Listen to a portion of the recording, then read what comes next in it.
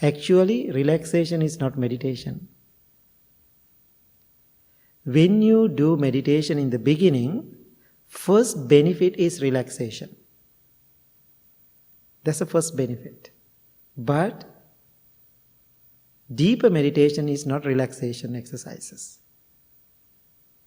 Now think about, you can do so many activities to relax your body and mind. What are the things you can do to relax yourself? Don't say meditation. Exercise. I just did it. And what else? Read. Going for a massage. What else? Okay, time in the nature. So when you do those activities, how do you feel? Physically, emotionally, you feel so relaxed.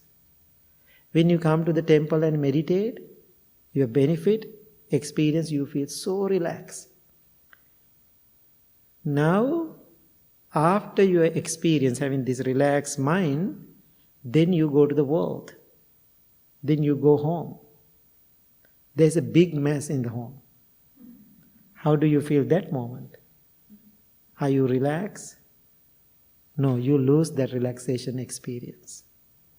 That is the nature of relaxation. That's why I said relaxation is not meditation, but it is connected to meditation. There's something else to do that. So many people love to have those relaxed experience. When you experience something good with relaxation, people are attaching to that feeling. Then they don't want to let it go. But what is the nature of it? Anytime you lose it. After you go and interact with other things. Then how you feel? You feel disappointed. Oh my God, meditation doesn't work for me. Why? Misunderstand whole concept about meditation. Therefore, please understand, meditation is not relaxation, but relaxation is a part of meditation. And also, you know the word hypnotism. When you do hypnotize people, we use the word, language, music, command, and all those things, like a guided meditation. Then the teacher or guru or whoever put you to calm, relaxed state of mind. When you are doing hypnotism, what we are doing, halfway you are sleeping. Same thing happens when you are relax your body and mind. That's why when, in the beginning of the guided meditation, when we are, the guiding people to relax their body and mind, after they wake up, after they stop meditation, they say, oh, Bhante, I was falling asleep. Why? You were so relaxed. So this is what I do. First, I will guide people to relaxation exercises. That's what I'm going to do too. Then I open my eyes, I look around, then I can see everybody is sleeping now. Then I see that everybody is sleeping. Then what I do, I wake up and kick them all. I kick them all. So right after I go and kick you all, what will happen? Everybody wake up. The moment you wake up, meditation begins. Does this make sense? So you have to be awake. So the word Buddha used for the meditative mind, he used awakened mind. Mind is fully awake to what? Present moment. What is happening with our senses? You are fully awake to this moment. So now you can see what is true meditation, developing your mind, cultivation of your mind, mental culture, or awakened mind. If you can keep your mind awake, that is true meditation. This makes sense now? Now the next problem I can see, techniques. So other day, today or other day, somebody sent me a message and said, oh, Bhante, I'm doing meditation every day.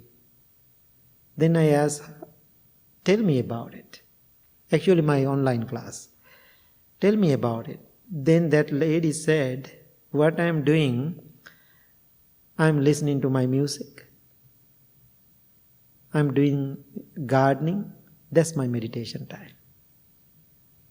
Those are good activities to do. But that's not the deeper meditation. Now, in this country, there are so many teachers and techniques. When I come to this country, I don't know about that. So one day, one of my students who practiced with me here in this place, he moved to another state. In the beginning, he said, Bhante, I'm practicing meditation 15 years. I said, good for you. Then right away he was looking at me and said, not good, I'm so confused. I asked, why? Then right away he said, why I'm so confused? Because of meditation, there are so many teachers and so many techniques. But I don't have that conditioned mind that time because I'm new to this country.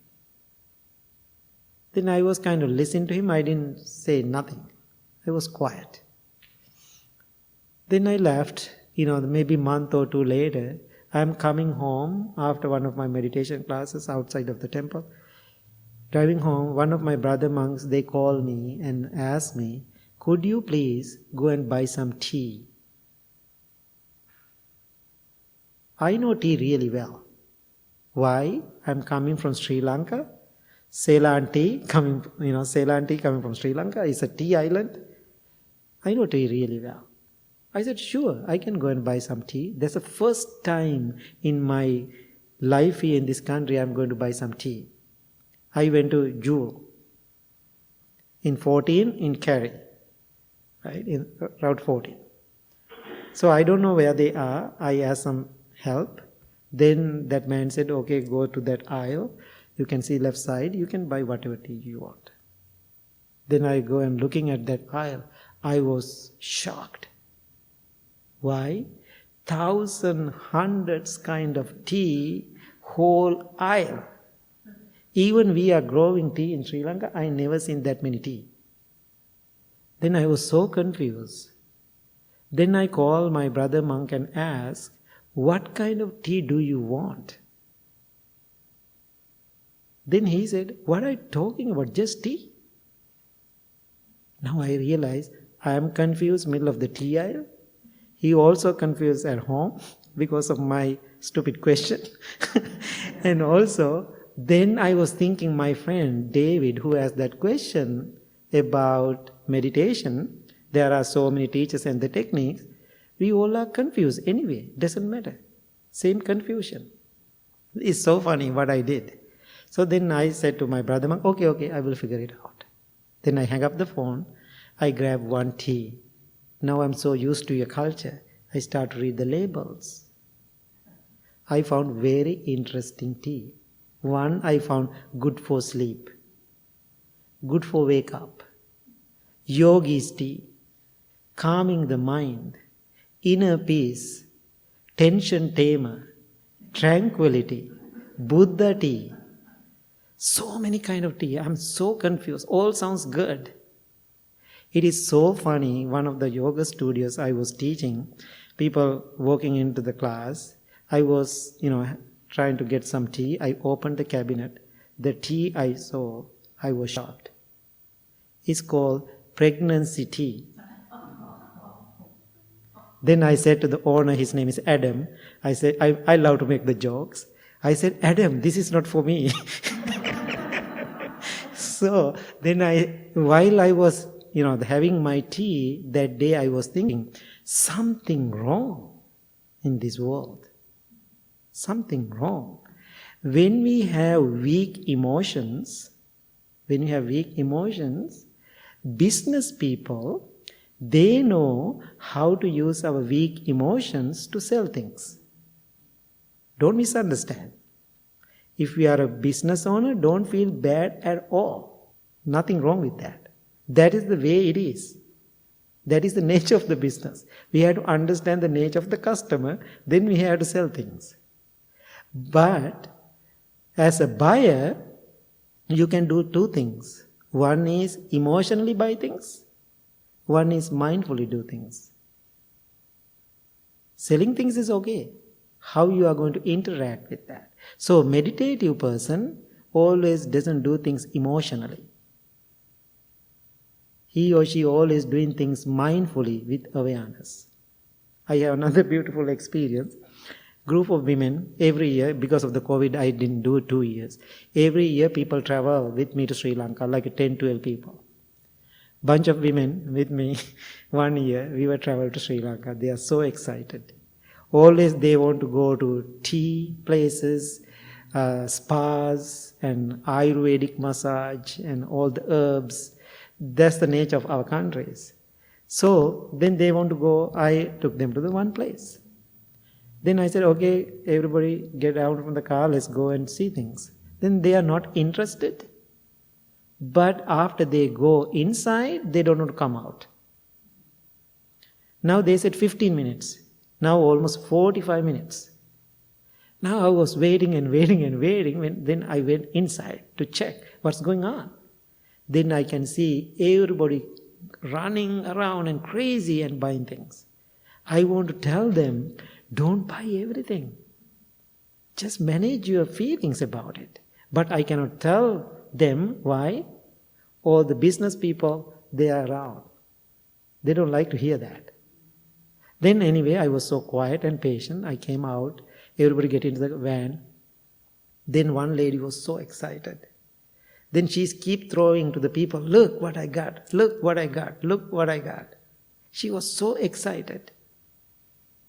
Then I asked her, how much did you spend for these things? Then she said, not much, just 800. I don't know, maybe it's not much for her, but I'm not judging her. And so I know her life. I know her character. She's from Vegas. I'm really sure she never used them. It's happened. Then I went to her house. I stay overnight there. After a few years later, she's bringing all those things back to me. Bhante, remember we bought this thing from Sri Lanka? But I didn't use it. How about you take it? Now I'm asking, where's the mindfulness? So what I do, if I don't want it, I don't take it. If I have money, I will do this with the purpose. I will go to the street person. I will buy a lunch for somebody. I help children. I can use those money for mindful activities. Now you can see, so when we have so many techniques, people are so confused.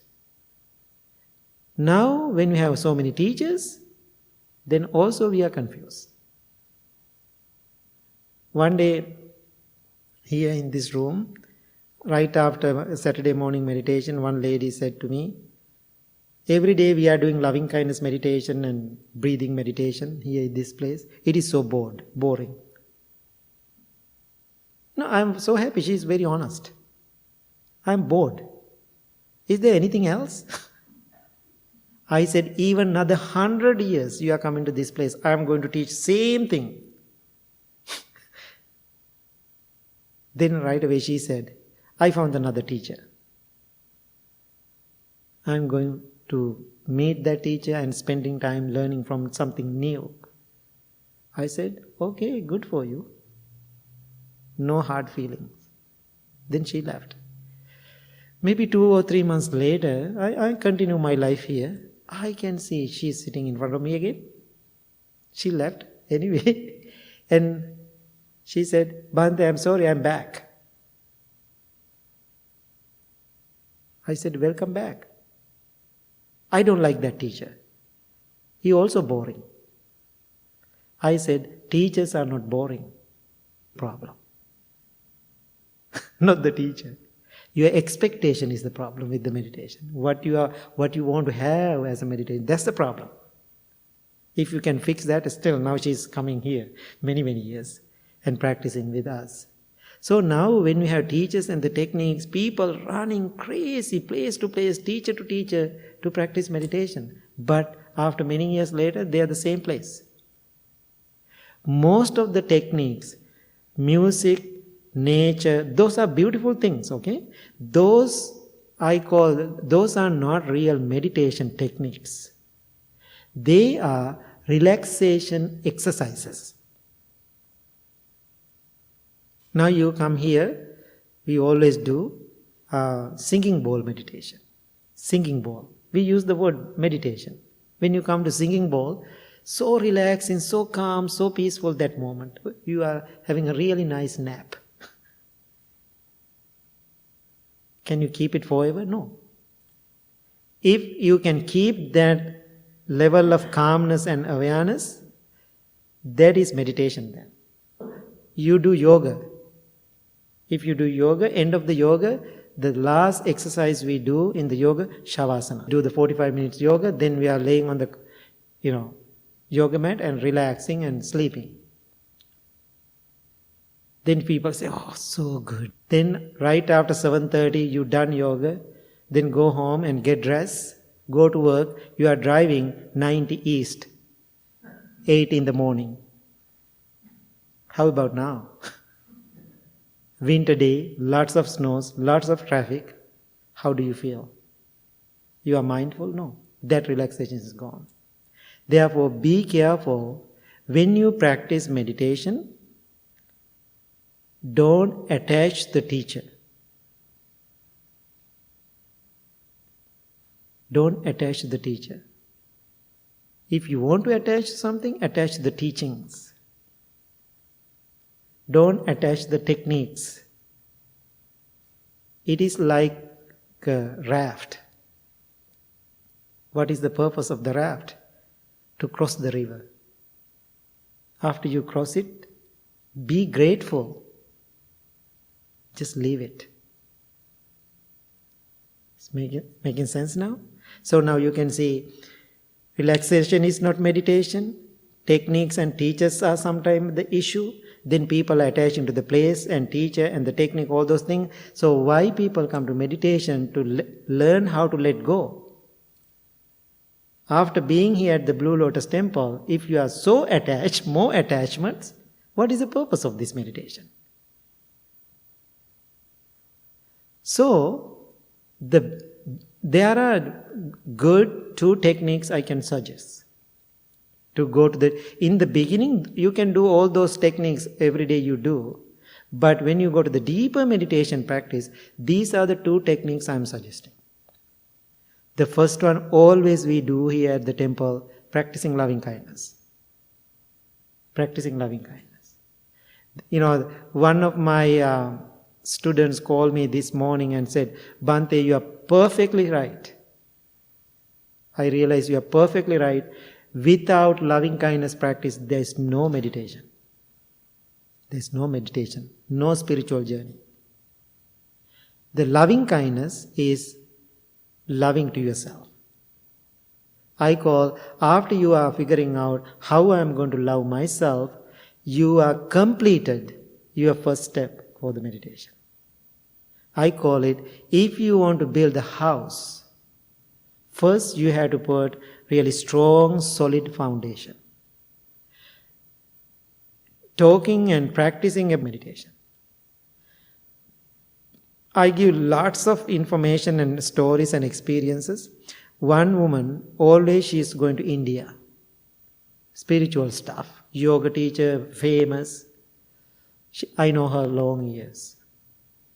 Then she said, Bhante, I'm going for 10-day retreat in Rockford. There's a 10-day retreat place in Rockford. I said, good for you. So I'm not controlling people. Then she left.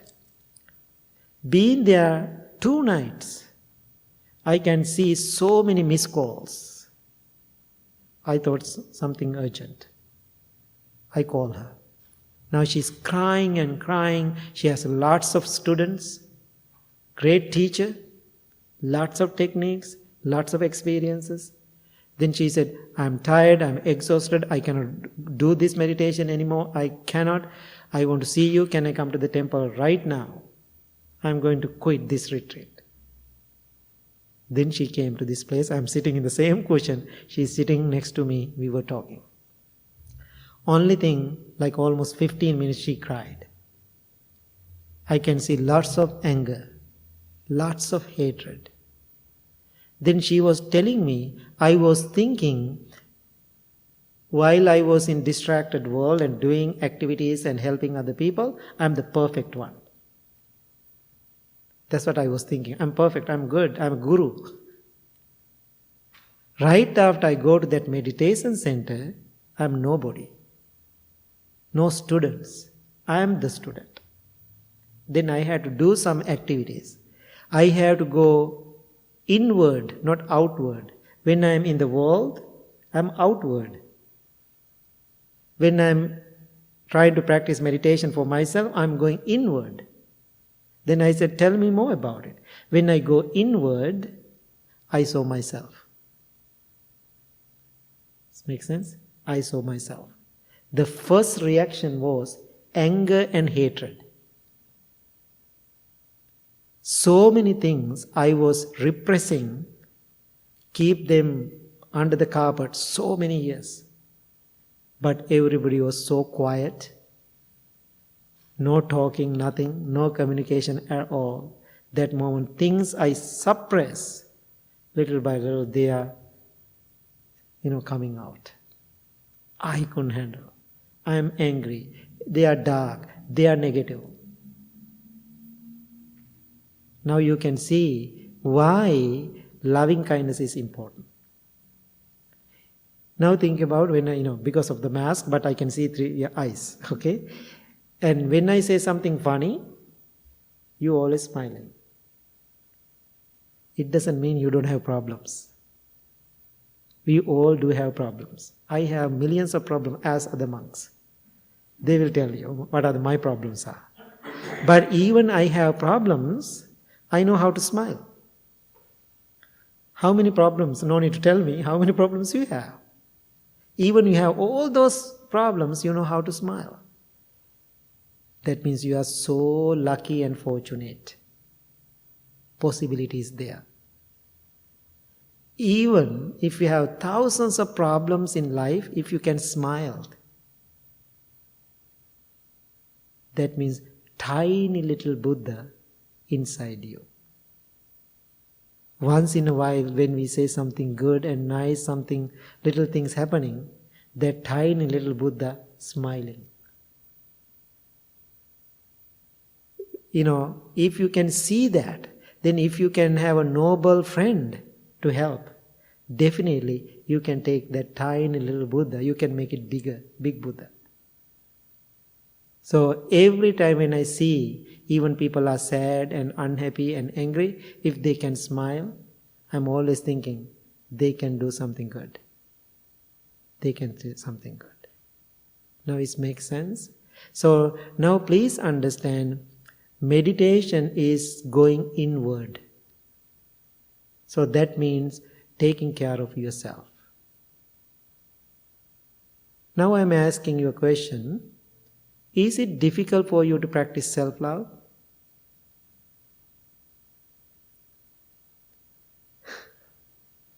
Ask yourself that question. Is it difficult? Why it is difficult? I will tell my story too. Yeah, good. So I will tell you my story. Now, long years being a monk, very young I became a monk.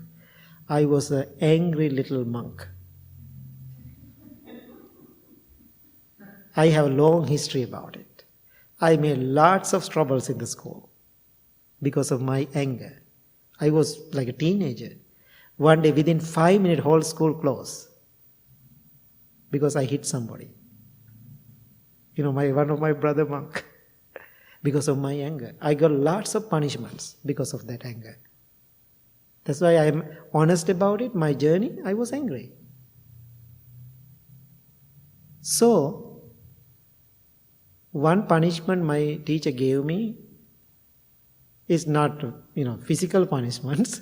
And I have to chant loving kindness chanting 1 hour sitting middle of the temple premises. All the people are walking by, I just sitting myself, I'm chanting. How weird. That's the punishment. Then the brother monk I don't like, now he is also walking by. He's so happy. Why I'm punished? Now I'm chanting, may I be well, happy and peaceful. May all living beings, be well, happy and peaceful. I'm chanting. Then I can see that kid also walking by. Because he wants to tease. Then my teacher also walking by. Then I keep chanting loud. No meaning. Still I'm angry. Then I can see my brother monk is walking by. I say, may all beings be well, happy and peaceful. I hate you.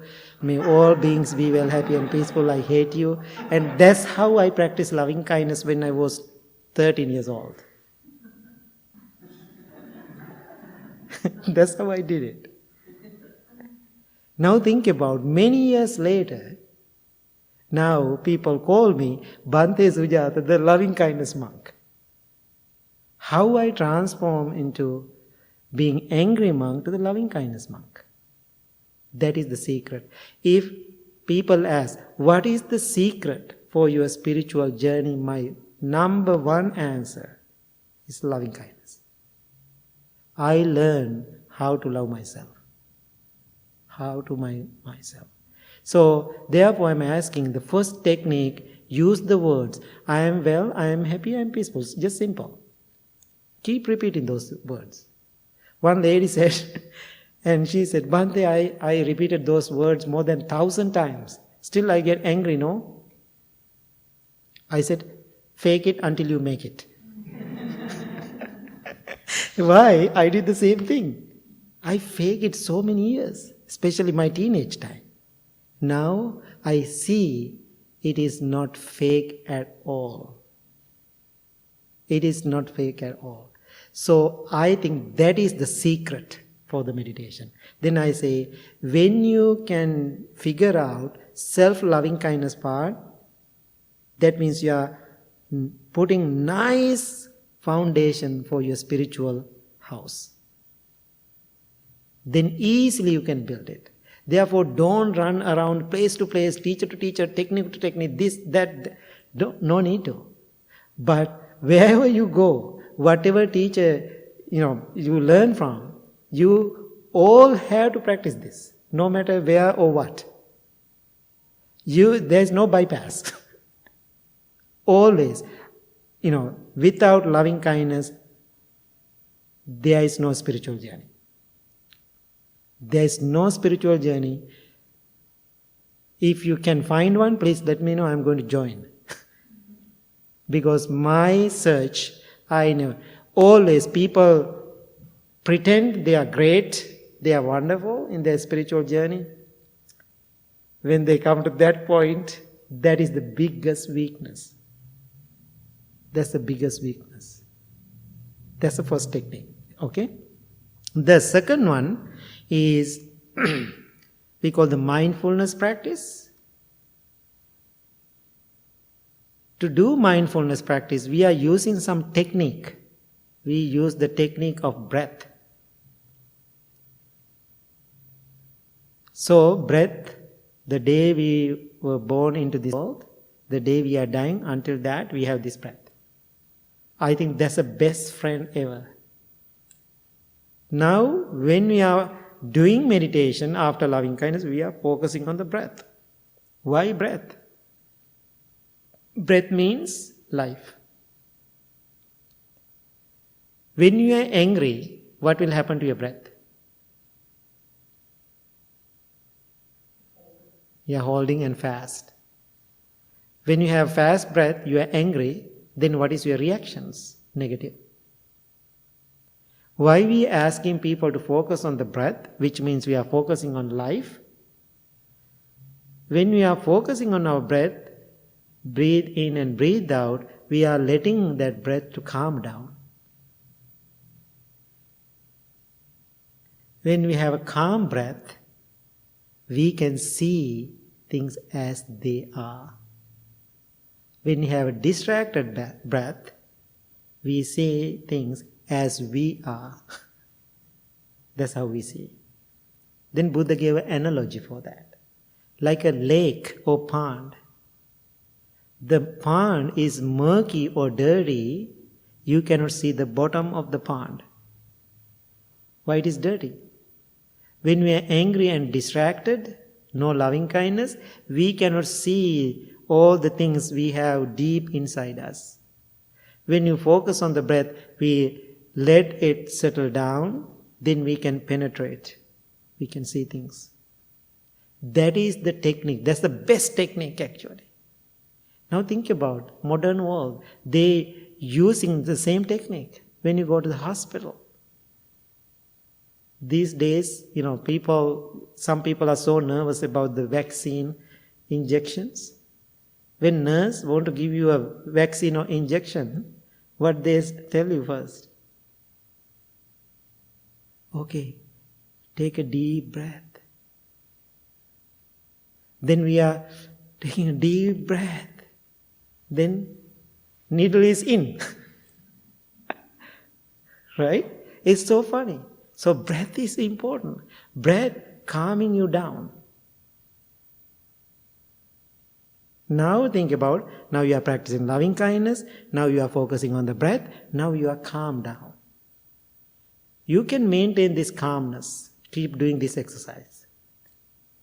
Then you see things as they are.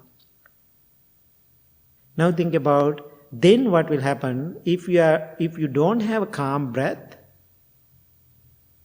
We become slaves to our senses. Does it make sense? We become slaves to our senses. Whatever your eyes telling you, you just do it. See things. Hear things.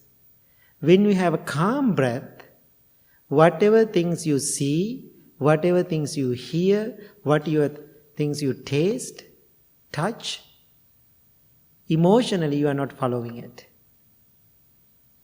You are mindful what you see. You are mindful what you eat. That's a good one. If you are not mindful what you eat, what is happening? Eating everything. No control, no loving kindness. You have seen that's one of the big challenge here in this country, eating disorders. Why? When you see beautiful food or tasty food, you go and emotionally involved.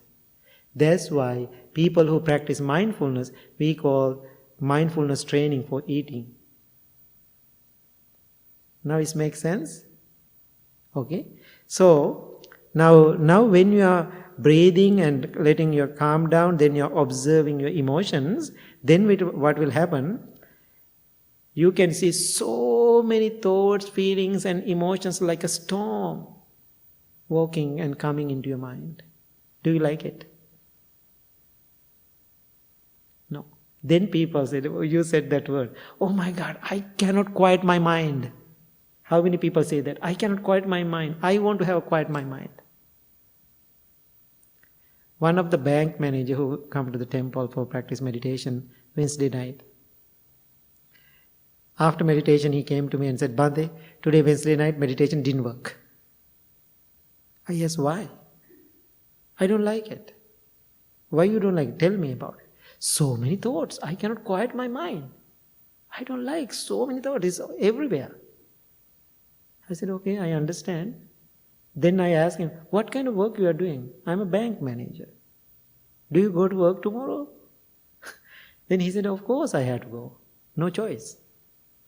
Now just imagine you are at your office, sitting at your, in your room, and all the clients, customers will walking into your room.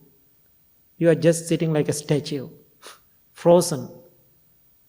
No thoughts, no words, no feeling, no emotions. You are just sitting like a Buddha statue. Then I asked him, do you like it? Then he said, no, I don't like it. I need my thoughts, emotions. I need everything. I asked, why do you need them? To work. Then I said, stop complaining then.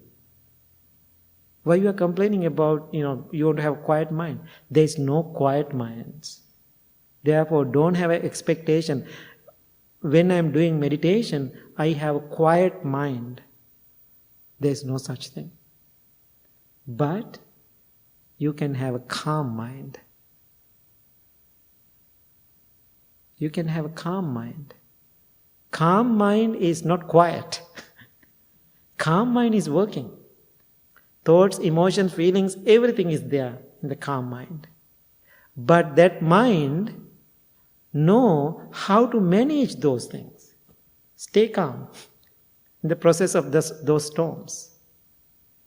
Therefore, real meditation is not controlling your mind, not quieting your mind.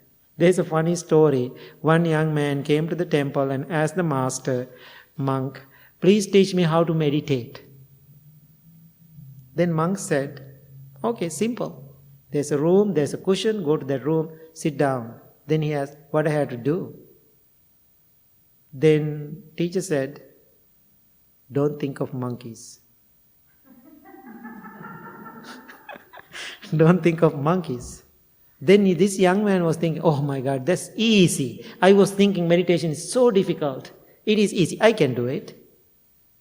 Then he was sitting on the cushion and closed his eyes, tried to stop thinking about monkeys. What happened? Millions of thousands of monkeys teasing to him. Within a second, he ran to the teacher and said, please stop this crazy monkey meditation. I don't like it. So many monkeys in my head. Then that wise monk said, okay, I understand. Go back to your room. Now what? Sit down and think about monkeys.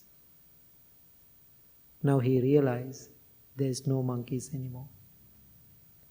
When you are practicing meditation, don't try to control your mind. Don't try to control your thoughts. Control doesn't work. Analogy is holding a rubber ball into water. Until we hold it, rubber ball into the water, it is there. Right after you let it go, it is popping up. Same thing. If you are making no feeling, nothing, that meditation doesn't work. That is the, controlling your mind. Meditation is not controlling your mind, understanding your mind, observing your mind. I always use the word mindful observation. That is the meditation. So, next part, people are thinking, how long we have to sit? That's another question people always asking, how long we have to sit for the meditation? Sometimes I answer funny, 3 hours per day. Then people say, no way. I know how to trick people. So then I'm asking, how about 2 minutes? Everybody says, oh yeah, I can do 2 minutes. So if you can take 2 minutes for sitting every day, that's a big deal. In this country, people think more sitting, more powerful person.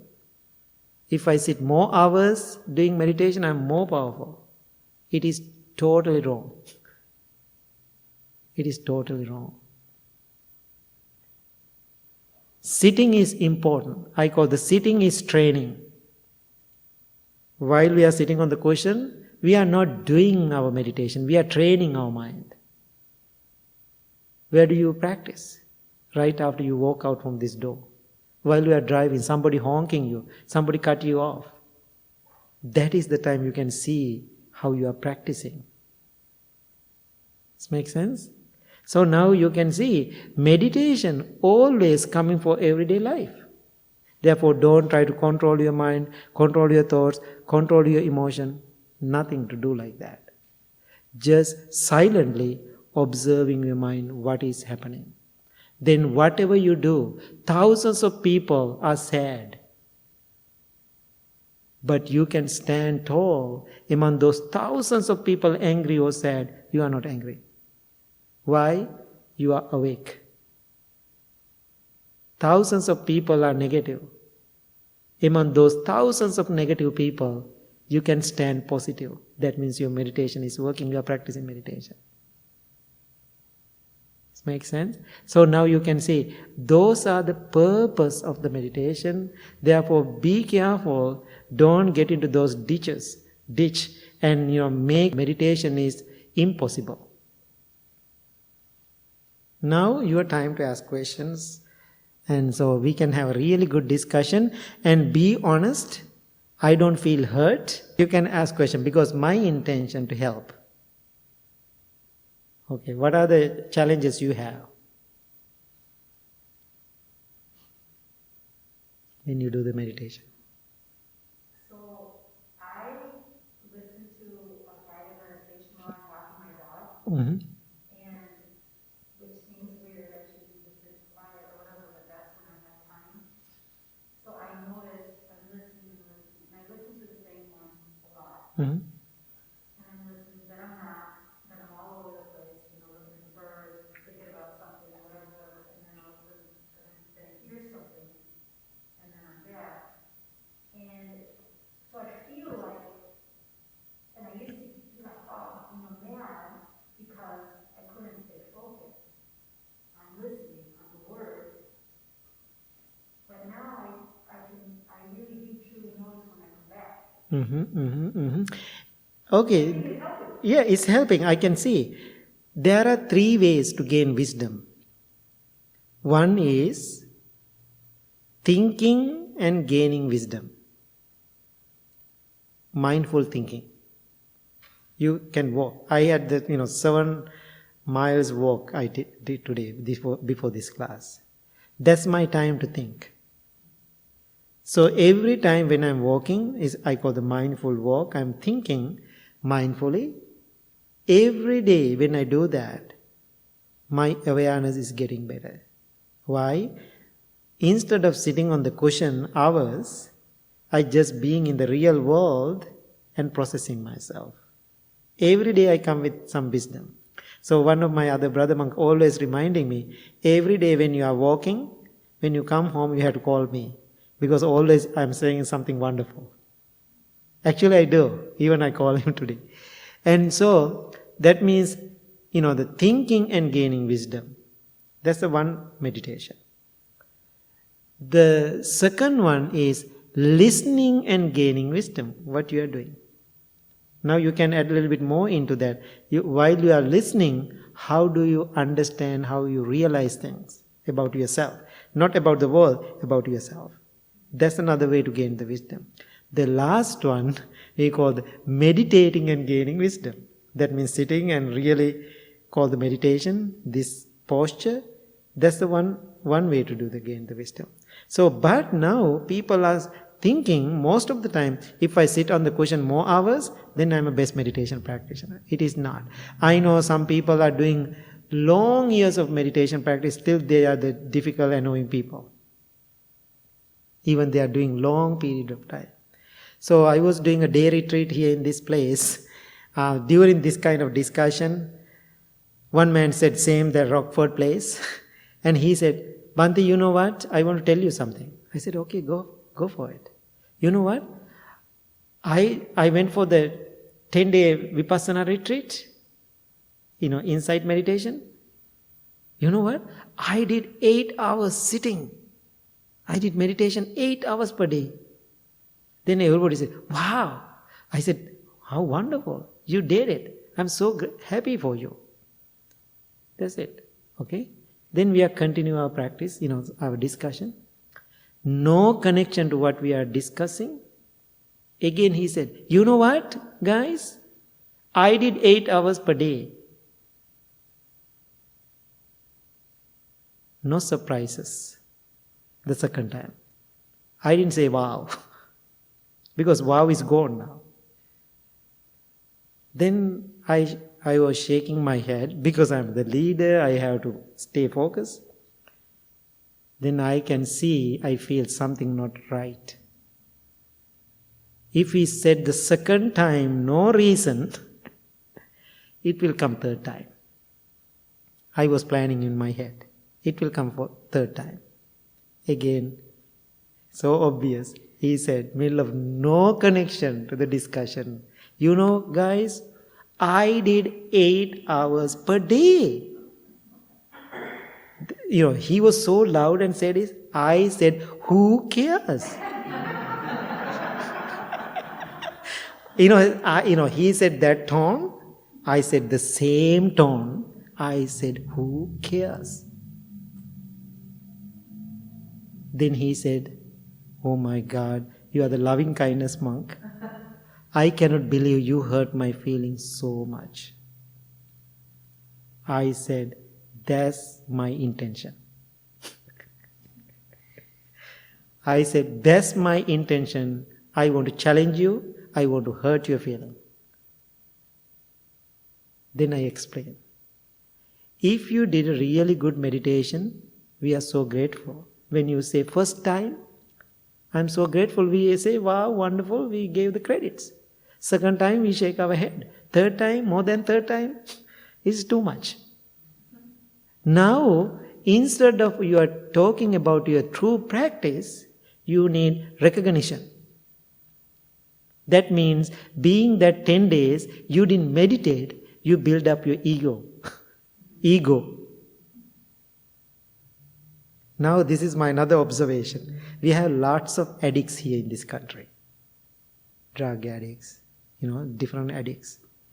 Among the spiritual community, there's a new addicts. I call the cushion addicts.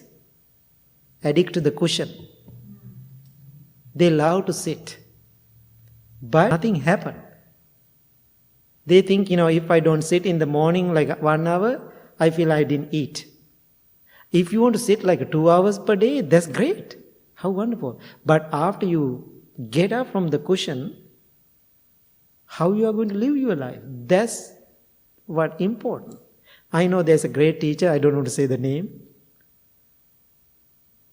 That person, wonderful teacher, sitting on the cushion and giving a teaching, enlightenment.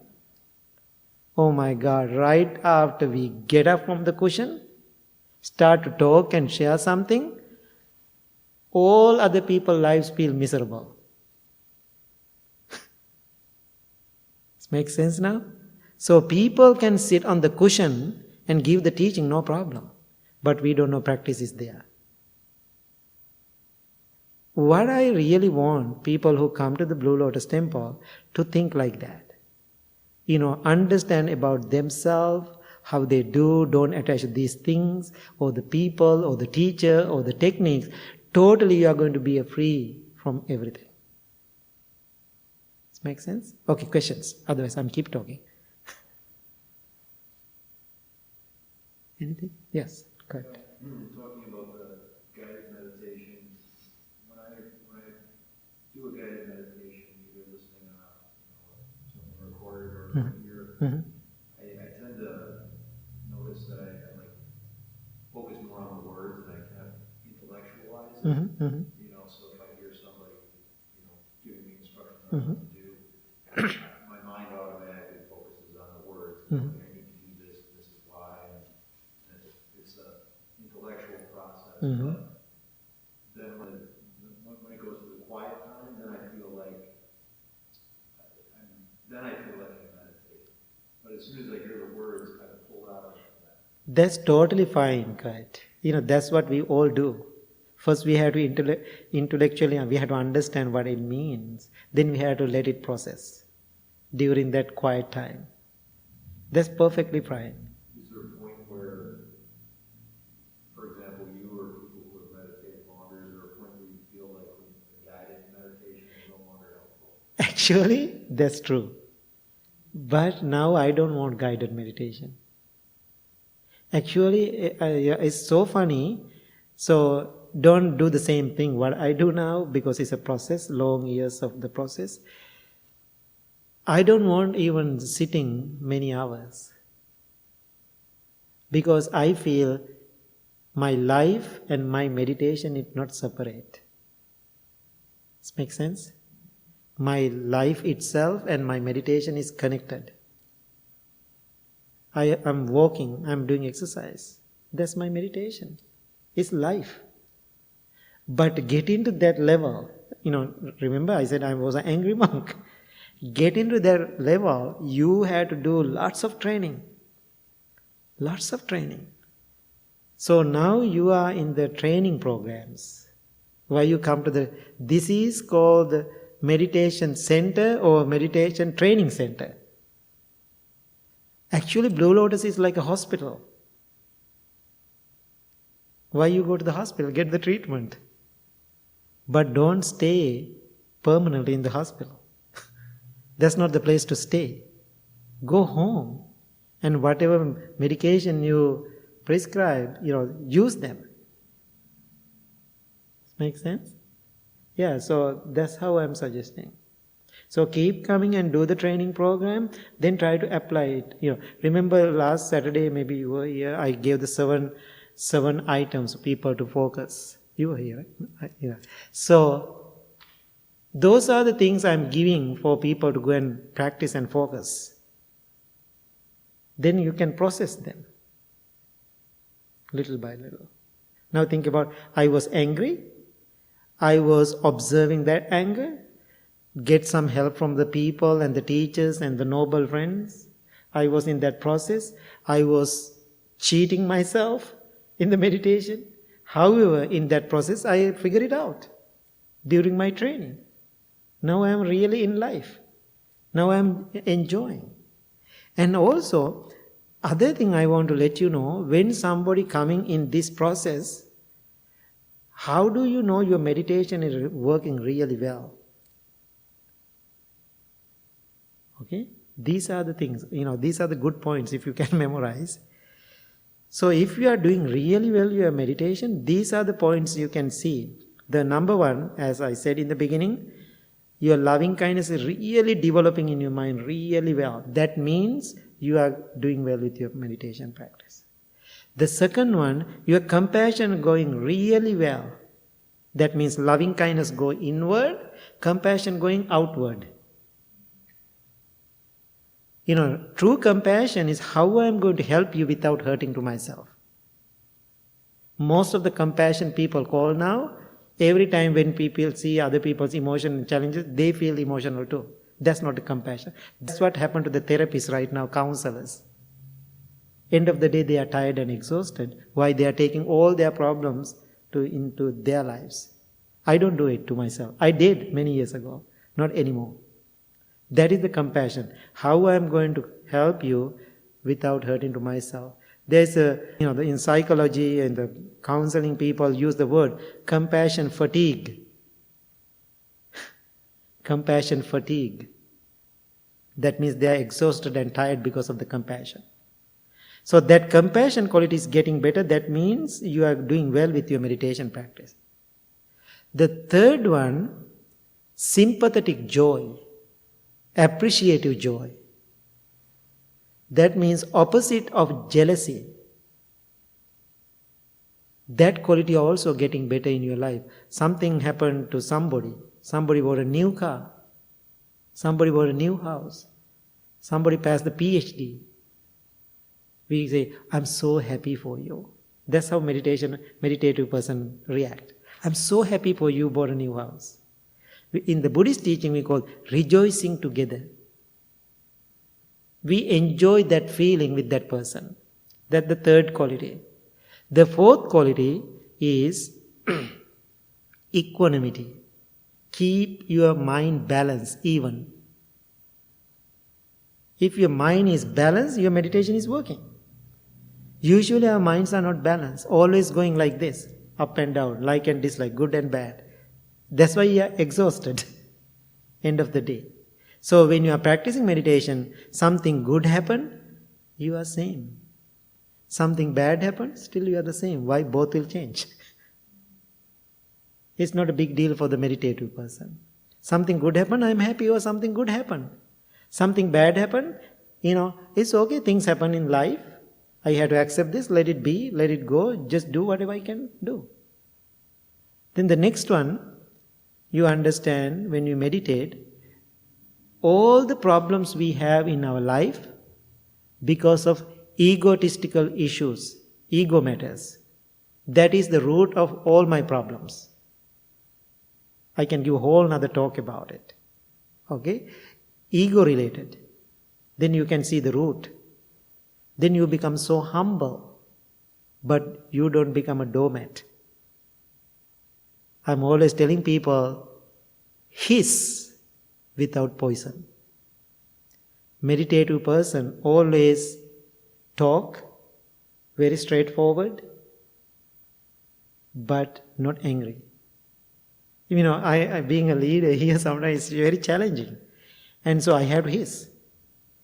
But I'm not putting the venom out. Because there's no venom. There's no poison. The last one, the meditative person understands everything is subject to change, which is impermanence. So when you meditate, every day focus on those qualities, getting better in my life, that means meditation is working. That's why I said, so many people are many months, many years practicing meditation. I can see those qualities are not developed.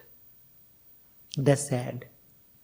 That's why I said, they are so used to sitting on the cushion, nice pose, maintaining, very spiritual.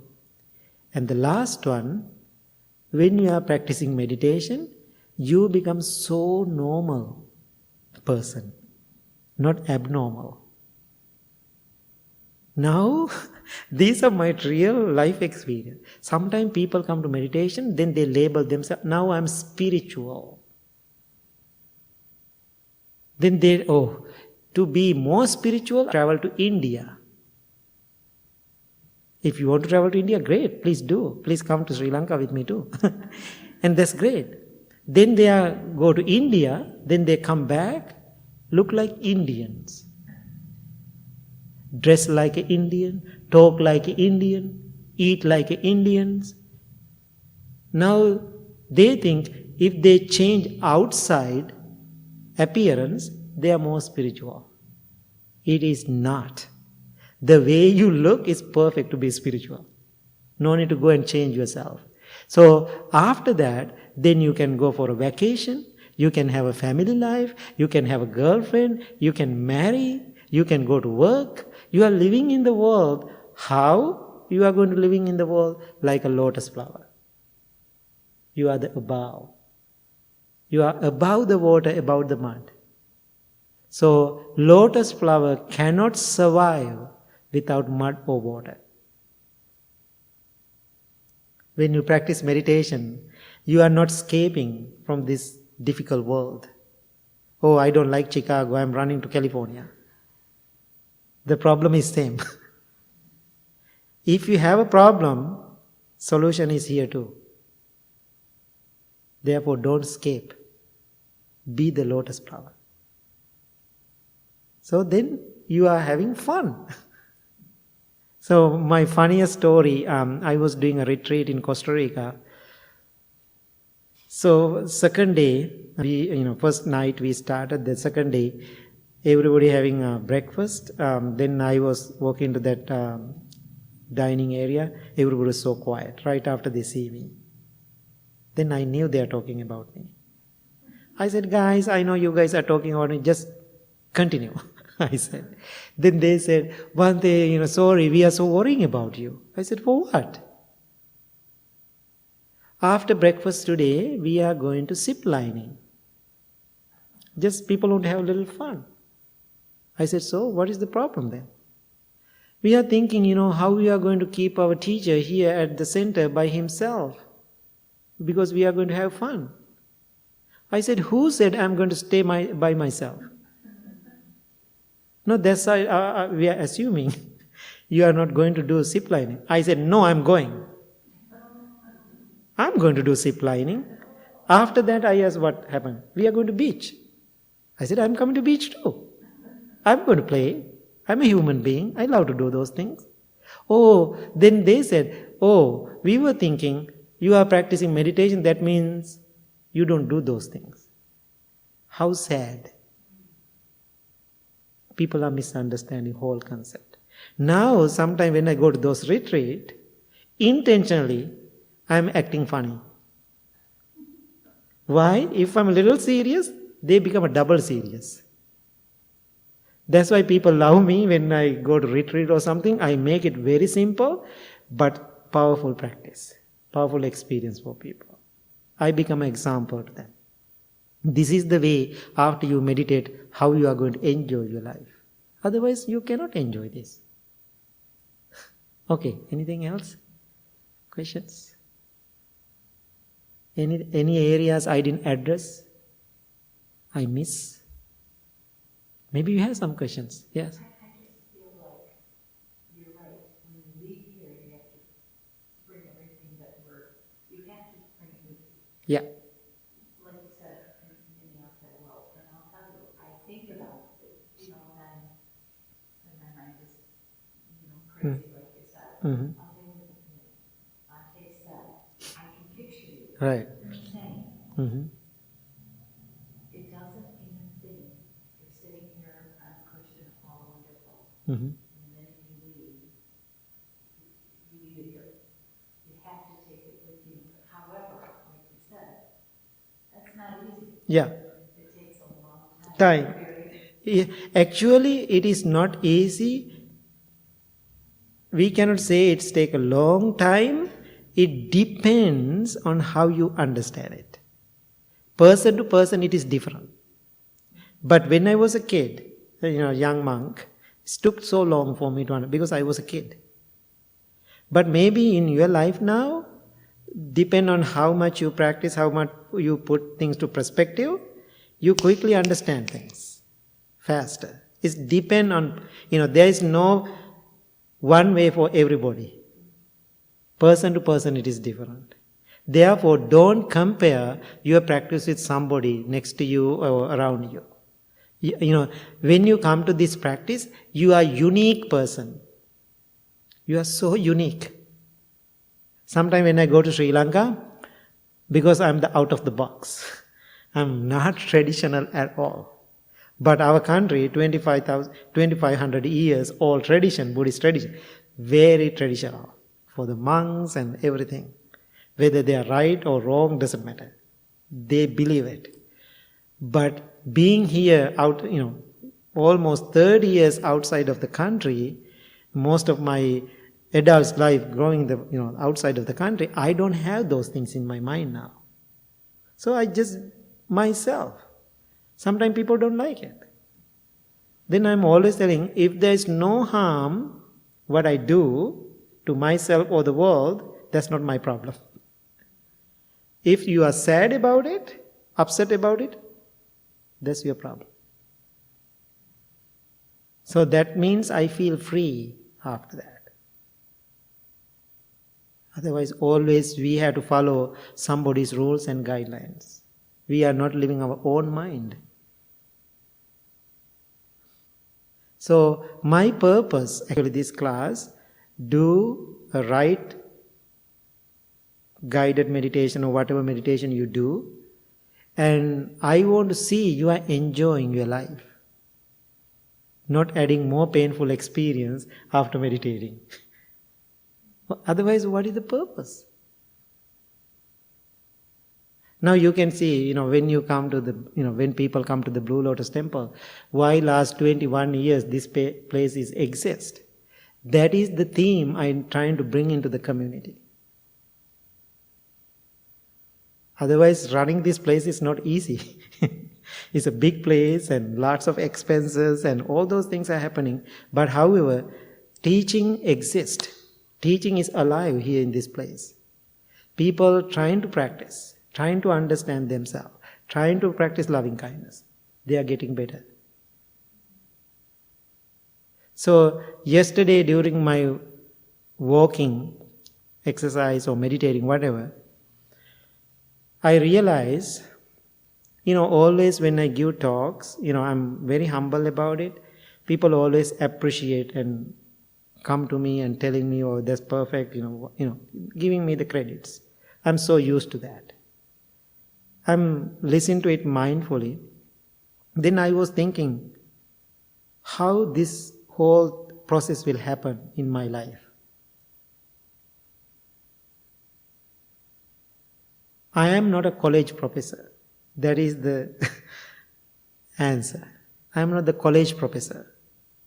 I am not doing academic courses for people who come here. I'm talking about life. I'm talking about the realities.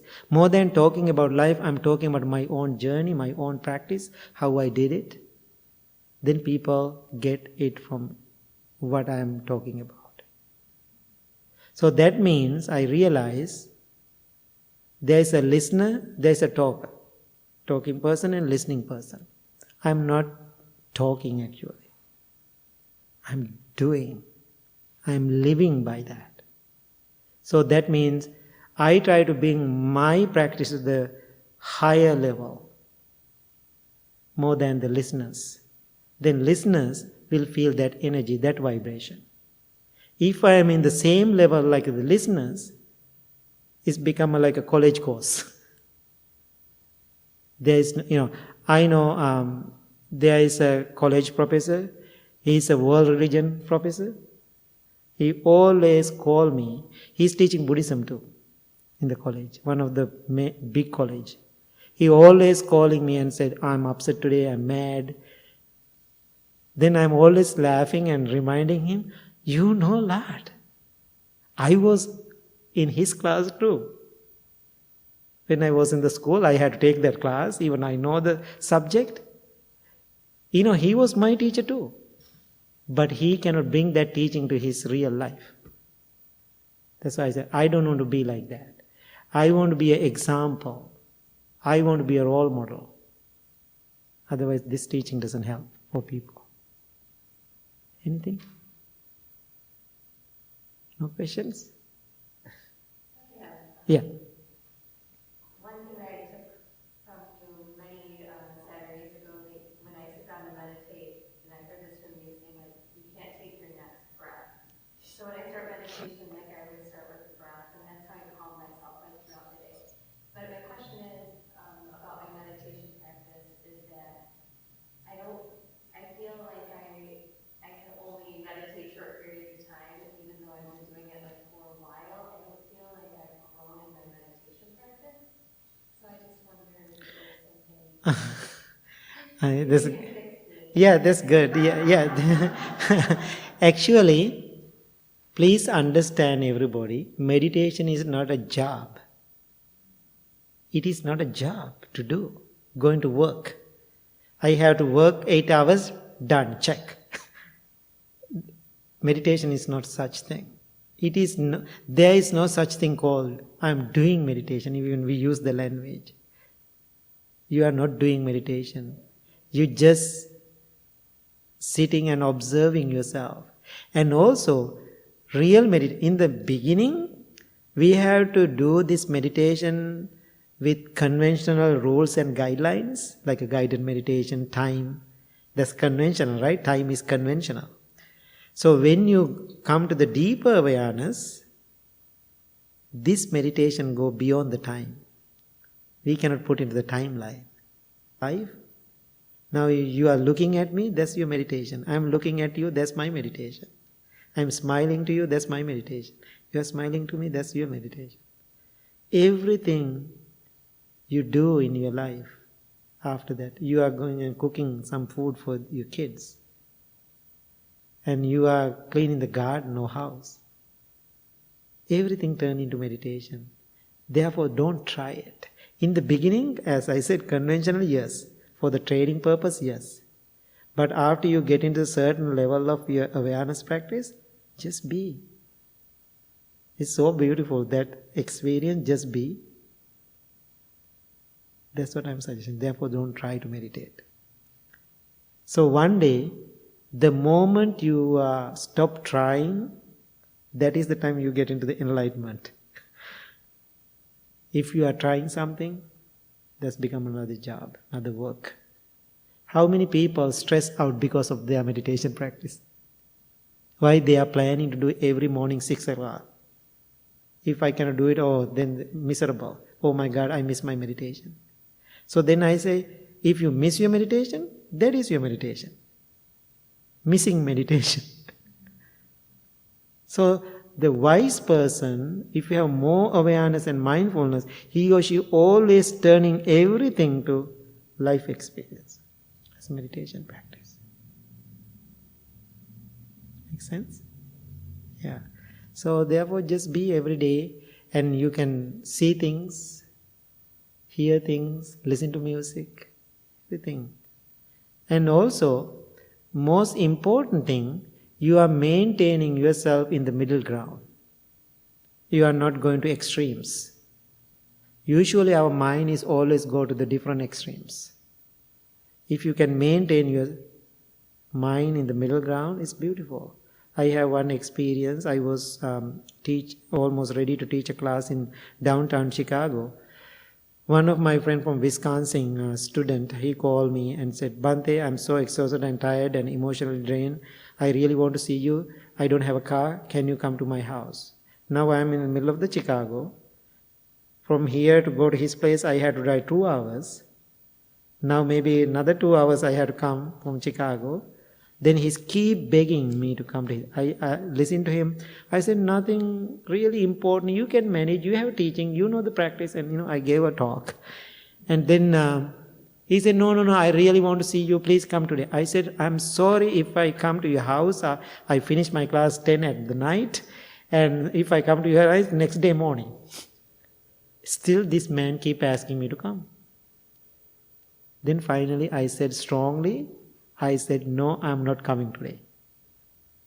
It is not life-threatening for you.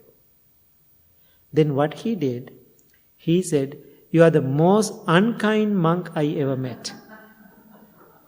Then he hung up the phone. No time to say something. It didn't affect to my mind or my moods at all. What I did, I laughed. Now I have to teach loving kindness meditation. So I did my class, I came home. After a week later, I'm teaching here. Saturday morning, I can see this man sitting in front of me. I'm totally fine with that. He just walked to the social room and said, Bhante, I'm very sorry. Other day I was so mean to you. I said, really? You didn't mean to me. No, I did. I said, no, you mean to yourself. Not for me. You are so mean to yourself. He was so confused. Then he said, explain to me. I said, other day, telling me I'm the unkind monk, that's your practice. Now you are apologizing me today and telling I'm a good monk, that's your practice too. Nothing to do with that for me personally. Because my mind, when you say something good, when you say something bad, I don't want to jump here and there. I want to keep myself even. Otherwise, I'm tired and exhausted. Especially working with people. So therefore, when somebody come to me and say something good about me, I say, thank you so much. Sometimes people insulting me and complaining about something, I'm okay with that too. That's what we call the practice. Balance it. I know it takes long time to get into this place. I know in my own experience. But don't be hurried. Slowly is holy. Slowly is holy. That's another biggest weakness here in this country. Everything is quick, instant. One lady ran to the meditation room downstairs and said, oh, I'm tired, I'm exhausted. Somebody called me last night, you are at the temple, go and ask some peace. Then I was thinking somebody chasing her. I need peace right now, Bhante, I need right now. The first time at the temple. I said, I'm very sorry, I'm not selling it here to buy it, write it. Then I said, you have to sit down and calm down. Let's practice together. How long it take? I said, lifetime. Then she said, forget about it. She was so disappointed. Why people are so used to that, the things, the expectation about it. But this is a process. It takes time. That's why I'm always love this saying, slowly is holy. Slow down. Little by little, every day, 2 minutes. And also another good time to practice meditation while you are driving, to observe yourself. People say, oh, I don't have time to practice meditation. No, you do. I call the red light meditation. Because I'm a driver too. Now think about, you are driving. So you have a red light.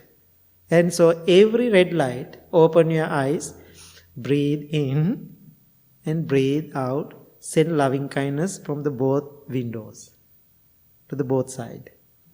Then go to the second light. Breathe in and breathe out. Send loving kindness. That's what I do. I'm smiling sometimes to people. And so when you pass 20 lights, how wonderful your meditation. Therefore don't say I don't have time. Yes, you can be smart and find the time. Yeah. Okay. All good? It's clear? Okay. So now tell me, let's summarize. I said so many things. Just say what you got. Okay. Yeah, what you really got, maybe most of things you already know. But one thing you really resonate and took into taking care of yourself with that practice. I really like what you just said, actually, because it's something that I've read and studied and heard from other people as well. But I think it's so important because it's so hard, sometimes it's difficult to do, is meditation isn't a job or an activity because I've done that. Mm-hmm. I have missed meditation. Yeah. I'm disappointed Right. myself for this. Yeah. And, the idea that as soon as you try to grab something, Right. it's like a self-defeating. Mm-hmm. That's wonderful. You got it, Kat. That's wonderful. So therefore, don't think this meditation is an academical program. We are doing. Sort of the idea of grasping and trying to let go. It's like you're contradicting yourself. But I need to be reminded. Right. That's wonderful. Everybody took something? So I get hard on myself because I'm still a teenager. I'm still the angry teenager. Not there yet, but I've noticed changes in other. I've noticed changes, Mm-hmm. Good. but they don't seem to come quick enough. Right. But this whole thing is a practice. This is a lifestyle. Yeah. I'm doing my best. I'm continuing. Yeah. Continuing to, practice and I feel like I'm doing it wrong. Right. And I'm Yeah. right, but I listen to the loving kindness and, happy state. Mm-hmm. Mm-hmm. Well, I'm happy. Mm-hmm. And try to do that for myself and Mm-hmm. others to be Yeah. happy. Yeah. That's wonderful. And one person told me, sometimes I was so disappointed trying to practice meditation. When I talk like this in a simple way, many people told me, you gave me hope. I can do. That's a good thing, right? If they have hope, I can do it. It's really click somewhere here. Yes, I can do it. And anything else you learned today? Yeah. I think it's observant to all of my senses Mm-hmm. and listening. Very powerful. That's a very powerful. That is the troublemaker. Our senses, because always we let everything to go in without the checking everything. So when you are practicing meditation, everything we take before we take in, we screen like airport. We screen everything. Usually, if you don't meditate, you are not screening yourself. Everything is like a storm keep coming. That's a good point. Thank you. That's what I want to hear. Anything else? I think I had I thought that you could shut your thoughts off, and I learned that. That's a good thing. Yeah, that's why I said it's get hope now. It's kind of like freeing, like, okay, that's Yeah. pressure to turn that. Actually, you said perfect. So many people told me that. Because, I was thinking meditation shut down everything. There's no such thing. If you are quiet and shut down, you are dead. But the word Buddha used is perfect. He used opposite word, awakened mind. Awakened mind is not dead. But the people believing meditative mind is a dead mind. The day you rest in peace, that's a perfect day to meditate accordingly. Yeah, thank you. Anything? Yeah. I think I've realized the importance of mindful observation in loving yourself, in making, yourself a better person and growing. Yeah. Thank you. I think you all are good student today. I can see. Now I use these two words together, loving mindfulness. I always talking like a two separate thing. Now I'm adding it, loving mindfulness. Together. It's go together actually. It's very interesting. Anything else? Yes. What I pulled from tonight is when you talk about loving kindness, that there can still be the honesty with it too. And something I had heard a while ago, and I mentioned it when we went to Elkhorn on a Thursday night, because someone had brought up, well, how do you give that to other people when there's the difficult people? How do you give that to them? And it's something that I had heard a few years ago, is that honesty without tact is cruelty. So you can still be honest and loving and kind, but acknowledge the hard things and, Right. like you said, without bringing in the emotional side. Right, exactly. So, remember I said even you are practicing loving kindness, compassion, mindfulness, all those things, don't let other people to use you. Sometimes people are thinking when we are practicing meditation, loving kindness, oh, other people can say everything, whatever they want to say and do. No, that's wrong. No, that's why I said don't become a doormat. And so you can be a very strong, powerful, spiritual character. Same time, if other people trying to hurt you or hurt somebody, if you can take an action, yes, do. But how? How you are going to do it? So, my experience, when I really develop that energy in my practice, people cannot behave in front of me like that. Does it make sense? So that means whatever energy I am creating, it is dominated all the other negative energies in the room. So one time somebody was upset with something with me, I don't know. So he called somebody and said, oh, I'm really mad with Bhante right now. I'm going to talk to him and we are going to have a big fight and argument today. Then he left. Right? He came from home and calling somebody. I was here. Then I got the phone call from that person. Oh, that person is really angry coming to the temple to talk to you. I said, okay. I was sitting here. No anger at all. Then I called that friend and said, are you lying? This person was so nice and calm and So then he called that person and what happened? Did you fight with Bhante? No, when I see him, I totally calm down. This makes sense? Because I am not ready to put fire into that, the fuel into that fire. Because I was totally calm. Because I maintain my practice and my personality. I'm not talking with ego, right? Because I maintain myself. I knew he's coming. I was practicing loving kindness. I'm sending good vibration, good thoughts to this person before he comes. Everything is maintained. So therefore, understand, world is too big for you to focus. But your inner world is a perfect size.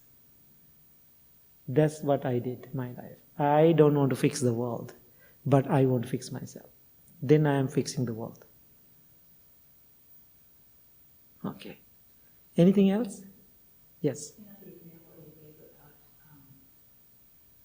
living on, you said, no, I'm not driving 2 hours and all that. I think the first thing normally you would think is, I can't say that to somebody. How can I do that? I don't want to go. It's ridiculous for me to do this. Not like threatening, but I feel terrible. It's the guilt thing. Mm-hmm. You didn't do it, Mm-hmm. so you didn't beat yourself up about it, but, he thinks I'm indifferent. Mm-hmm. So that's, I think, we have to overcome. Right, exactly. So actually, before I give my final decision to him, I ask lots of questions. Why? What is going on? Are you okay? Any physical... No, he's totally no. But problem is emotionally he is exhausted. Actually problem had the fight with wife. Wife left. That's the problem. So those things happen in life all the time. I said don't become like a kid. So I had to drive 4 hours until 3 in the morning. No, it's not realistic. So then I'm okay to say those things. But if I can see he's suicidal, he wants to... I don't care about the time, how long it takes, I will go. It depends on that. So that's why I said my loving kindness is not like a foolish, unwise actions. I do it wisely. So those are the decisions people cannot make.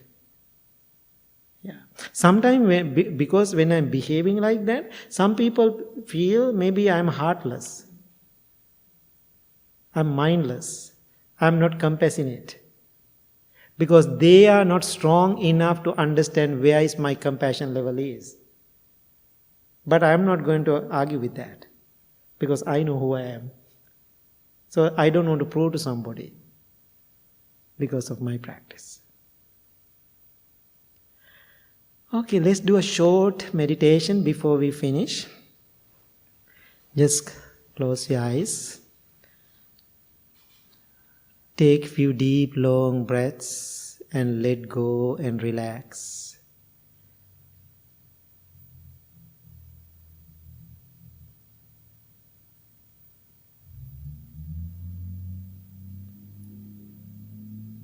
Bringing loving thoughts towards yourself, practicing loving kindness, or you can repeat those 3 words, I am well, I am happy, I am peaceful. And same time you can process yourself, what we talk, what we discuss about loving kindness.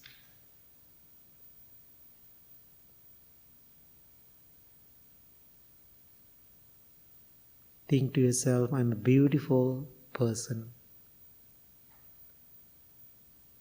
I can make my life beautiful and better experience. Live in harmony, live with peace. I don't have time to waste. I don't have time to worry. No matter what is happening around the world, I am going to love myself.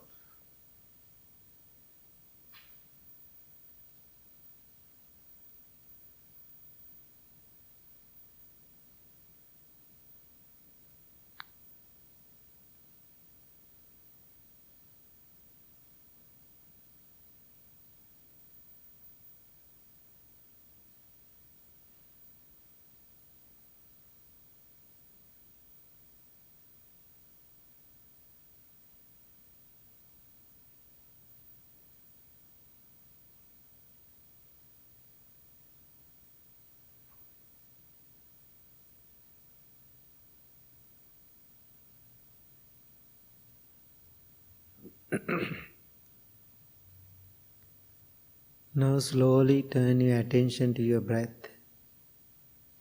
Every breath you take in, you take out is taken mindfully. Let's try 20 breaths. When you breathe in, naturally you can say 1. When you breathe out, you can say 2. Then 3, 4, like that. 20 times without distracting ourselves. It's a challenge. Let's do it.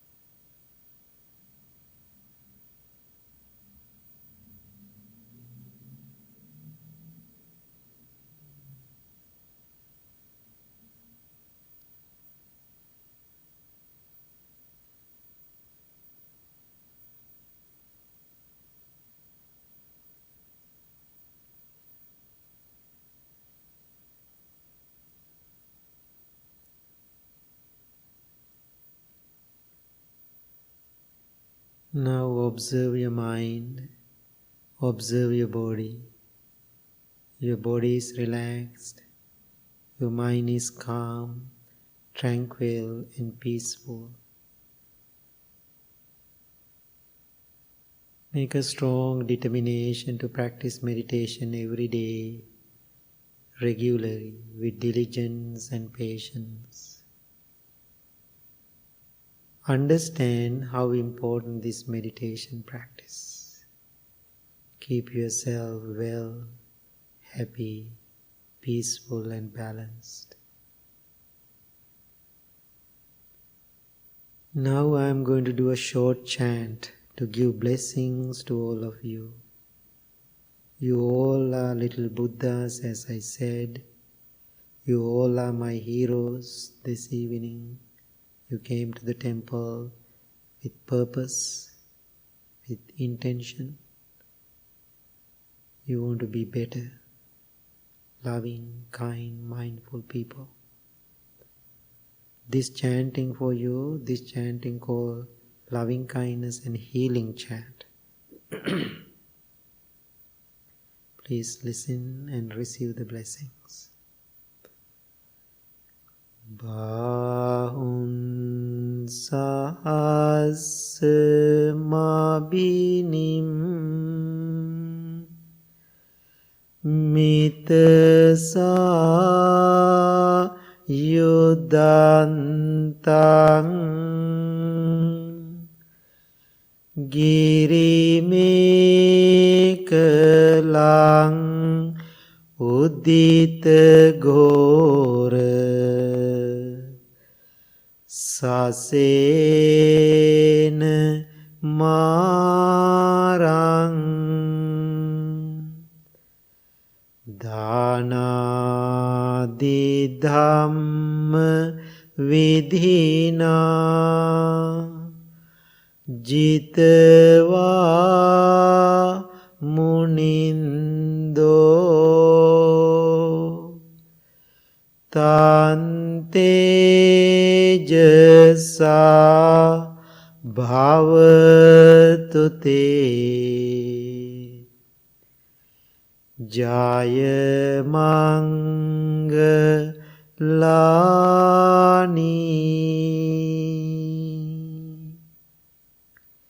May you be well, may you be happy, may you be peaceful. Choose loving kindness. Thank you. Okay. So one more thing I want to remind you. I didn't say it. So the sitting. So the posture. So I'm always reminding people, meditation is not a punishment.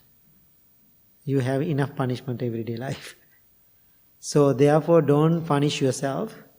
When you meditate, best posture is what you feel comfortable. But if you are sitting like cushion, you can keep your back straight. That's the most important thing. Whether you are sitting on a chair or cushion, you have to keep your back straight. If you are kind of bent, you are falling asleep. That's hurting you. So otherwise you are falling asleep. So therefore, whatever you feel comfortable, that is the best posture you can maintain for your meditation practice. Because some people cannot sit on the ground. Some people need comfortable chair, like a straight chair like that. Always you can find out what is comfortable for you. Okay, now after this, drive home. While you are driving, try to process what I said, try to understand and meditate and thinking and gaining wisdom. Now you listen and gaining wisdom. Now thinking and gaining wisdom. So process them throughout your driving. Okay? And also, this is my third book, published maybe a year and a half ago, Sitting on the Toolbox. I got 3 awards for this book. If you didn't read it, because lots of practical information I put into this book. If you are interested to read, you can get this book from the bookstore and I can autograph it. And also, those Choose Loving Kindness t-shirts, they are for sale right now. Last 22 years, I'm helping mothers and the babies. I donated 22 incubators for the premature babies, and also every year I am doing a retreat for 300 pregnant mothers in one place. But this year I couldn't do it because of the COVID. I did 50 in Sri Lanka because I'm believing mothers are wonderful human beings to bring peace to the world. Because when mother going wrong, world is going wrong. So I'm believing that. So therefore all the women have that power. So that is the project I'm doing last 22 years. Therefore all those t-shirts for sales, for the choose loving kindness, for the helping mothers and the babies, if you are considering them. Anything else before we finish? Yeah. Is it okay to lay down and do meditation? Sorry? Is it okay to lay down? Yes. There are 4 postures: sitting, standing, walking, and lying down. Okay, but use lying down for last. Don't use it, if you have some physical issues, of course, you can. Why? While moment you lay down, you are falling asleep. Yeah. So, once in a while, when you are doing a longer period of time, retreat or some, definitely I put them to, lying down too. I always doing that. But be careful with that, not to falling asleep. Otherwise, totally fine. Okay? Anything? All good? Okay, thank you so much, everybody. And please stand up.